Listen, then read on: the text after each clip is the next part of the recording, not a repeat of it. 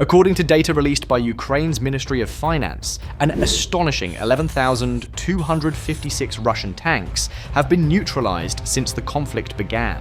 Moscow's prevailing counter-narrative suggested these were mostly older, Soviet-era models, expended merely to deplete Ukrainian ammunition reserves. All the while, Russia's premier main battle tank, the T-90M Proryv, was supposedly held in reserve for a single decisive blow. That blow was aimed at the key logistical hub of Pokrovsk.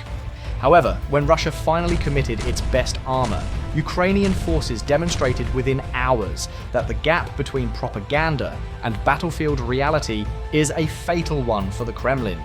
The tank that was carefully saved for a year was systematically dismantled in minutes, exposing profound flaws in Russia's most celebrated military hardware.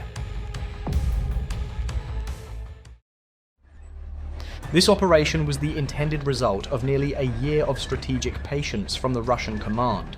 Military analysis indicates that Russia had been deliberately stockpiling newly manufactured T-90M tanks, specifically earmarking them for a large-scale mechanized offensive in the Donetsk Oblast. The strategic goal was unambiguous: to shatter the remaining Ukrainian resistance and secure Pokrovsk, a city that had eluded Russian forces during their summer campaigns. The T-90M was meant to be the spearhead, the ultimate weapon to finish a job where previous efforts had failed.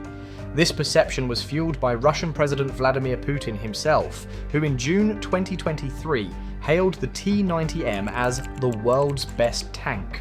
As reported by the state-run TSES news agency, Putin asserted, "It fires to a longer range and more accurately. It also has better protection. As soon as it approaches positions, no chance is left for anyone or anything." This claim of technological superiority would soon be tested in the most devastating way on the fields of Donetsk. On paper, the T-90M specifications seem to support the Kremlin's confident claims. The tank is armed with a 125mm 2A46 M4 smoothbore gun, a formidable weapon capable of firing a variety of standard munitions, as well as laser-guided anti-tank missiles. Its standard rounds have an effective range of approximately 4 kilometers, while its guided missiles can engage targets up to 5 kilometers away. Complementing this main armament is a 7.62mm PKT coaxial machine gun designed for engaging infantry. For mobility, the tank relies on an engine that allows it to reach a top speed of around 60 kilometers per hour, with an operational range of 550 kilometers on a single fueling. In terms of protection, the T-90M is equipped with the Relict Explosive Reactive Armor System, engineered to defeat modern tandem charge warheads by explosively countering an incoming projectile. This is further augmented by a Q-net armor kit on the hull and rear to protect against rocket-propelled grenades. While these technical details paint a picture of a highly capable modern tank, the events of early October would prove that battlefield effectiveness is decided by far more than a datasheet. A combination of tactical vulnerabilities, outdated design philosophies, and the diverse threat environment created by Ukrainian forces rendered many of these on-paper advantages useless. Earlier this month, the Russian command launched its long-awaited mechanized assault near Pokrovsk. After a summer defined by smaller-scale infantry infiltration tactics, this operation signaled a return to large-formation armored warfare. The immediate objective was the small village of Shakova, located about 20 kilometers north of Pokrovsk. This village serves as a critical anchor for Ukrainian defenses, east of a 40-kilometer salient that Russian forces had established earlier in the year. The strategic logic was clear. If Russian forces could overrun Shakov, they could establish a fortified position to launch subsequent attacks, progressively moving closer to their ultimate prize of encircling and capturing Pokrovsk. Last night at 3:45 a.m., the Russian assault commenced. The attacking force was formidable, comprising an estimated 36 tanks and armored fighting vehicles, including a significant number of the prized T-90Ms, supported by 40 motorcycle-mounted troops. The attack unfolded in waves, a tactic apparently designed to probe and overwhelm Ukrainian lines. According to a post-battle report from Ukraine's 1st Azov Corps, The enemy carried out offensive actions in several waves, and from different directions. Initially, groups of motorcyclists advanced, followed by columns of armoured vehicles, tanks, and armoured personnel carriers with infantry. The likely purpose of leading with highly exposed motorcycle troops was to trigger Ukrainian defences and absorb the initial volleys of artillery and anti-tank fire, thereby clearing a path for the heavier armoured columns behind them. This strategy, however, critically misjudged the depth and sophistication of the Ukrainian defences. The area was defended by elements of Ukraine's 225th Assault Regiment, reinforced by the battle-hardened 1st Azov Corps. These units had prepared a multi-layered defensive network of pre-sighted minefields, concealed anti-tank positions, and drone reconnaissance teams. As the Russian assault waves pushed forward, they were met not with sporadic resistance, but with a coordinated and overwhelming response. Mines, artillery fire, and precision strikes from first-person view drones immediately began to tear into the Russian formations. The initial wave of motorcyclists was annihilated, and the armoured columns that followed were stopped dead in their tracks. The result was a catastrophic failure for the Russian offensive. In the initial phase of the engagement, Ukrainian forces reported hitting 20 Russian vehicles, including 3 tanks. The coordinated defensive fire shattered the coherence of the assault, forcing the surviving Russian units to scatter and retreat towards the contested village of Volodymyrivka, just south of Shakove. The Ukrainian operation did not stop with the initial defense. Throughout the early morning, Ukrainian bomber drones were relentlessly deployed over Volodymyrivka, hunting down and destroying the scattered remnants of the assault force. By dawn, the offensive had been completely broken. The final tally, according to the 1st Azov Corps, represented a devastating loss for the Russian side. 3 tanks, 16 armoured fighting vehicles, and 41 motorcycles were destroyed.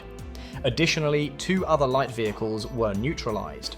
The human cost was equally severe, with the confirmed Russian losses at 107 personnel killed and 51 wounded. This single failed assault effectively wiped out a significant portion of the specialized troops, possibly from Russia's Marine brigades, that had been assigned to the sector. The decisive defeat at Shakove was not just a tactical failure, it was a damning indictment of the T-90M's core design. The tank, which has been paraded as a pinnacle of modern engineering, carries critical vulnerabilities inherited directly from its Soviet-era predecessors, most notably the T-72.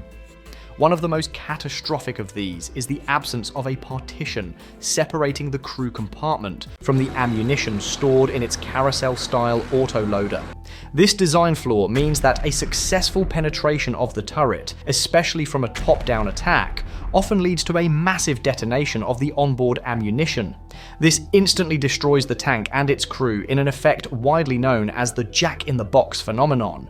Ukraine has expertly exploited this vulnerability throughout the war, with weapons like the American-made Javelin missile and its vast arsenal of FPV drones. Beyond this fundamental structural weakness, the T-90M is plagued by a specific technical malfunction that has been dubbed spinning turret syndrome. As documented in multiple engagements, a kinetic strike to a specific area can cause the tank's turret to begin spinning uncontrollably. This renders its powerful main gun completely useless and forces the crew to abandon the vehicle. This flaw has been repeatedly exposed on the battlefield. In January 2024, 2 Ukrainian M2 Bradley fighting vehicles, whose armaments are theoretically insufficient to defeat a T-90M's frontal armor, managed to disable one by inducing this malfunction. In December 2023, a single FPV drone strike triggered an uncontrollable turret spin, leading to the tank's loss. Similarly, in May 2024, another T-90M was struck by several FPV drones, causing the turret to rotate clockwise and forcing the crew to flee. These incidents highlight a core problem. The T-90M, which entered production in 1994, was designed for a different era of warfare. Its defenses were never conceived to counter the modern, pervasive threat of small, precise, top-attack loitering munitions and drones that define the Ukrainian battlefield. The T-90M's poor performance in Ukraine is not an isolated issue. Its reputation was already tarnished on the international market, long before this full-scale invasion. In 2019, India signed a major deal worth approximately $2 billion to procure 469 T-90M tanks. The partnership, however, was plagued with problems. By 2020, reports emerged of the Indian military's dissatisfaction with the tank's performance. During a 2017 international tank biathlon hosted by Russia, India's T-90S malfunctioned, resulting in a poor showing. The National Interest reported that by 2024, India was undertaking extensive domestic programs to essentially rebuild its T-90 fleet to make them combat viable. Ultimately, India abandoned future plans to purchase the tank, choosing instead to pursue alternatives like the French Leclerc. Despite these clear failures, both abroad and in Ukraine, Russia is reportedly expanding its production of the T-90M. The conflict intelligence team estimates that Russia produced between 280 and 300 of these tanks in 2024, an increase from previous years. However, this production rate is a drop in the ocean compared to its staggering losses. With Ukraine claiming to destroy roughly 3,000 Russian tanks per year, a production schedule that replaces less than 10% of those losses is strategically insignificant. In this recent offensive, Russia committed its best-in-class tank, the product of a year-long strategic reserve, to a critical operation. That offensive was comprehensively defeated in less than a day by a well-prepared Ukrainian defense that utilized a combination of mines, artillery, and low-cost drones. The world's best tank was exposed as a flawed and vulnerable system, becoming yet another casualty of the Kremlin's overconfidence in its outdated military technology. As Russia continues to pull these tanks from its stockpiles, Ukrainian forces appear fully prepared to continue dismantling them, turning Moscow's supposed symbol of military might into little more than burning wreckage on the battlefield.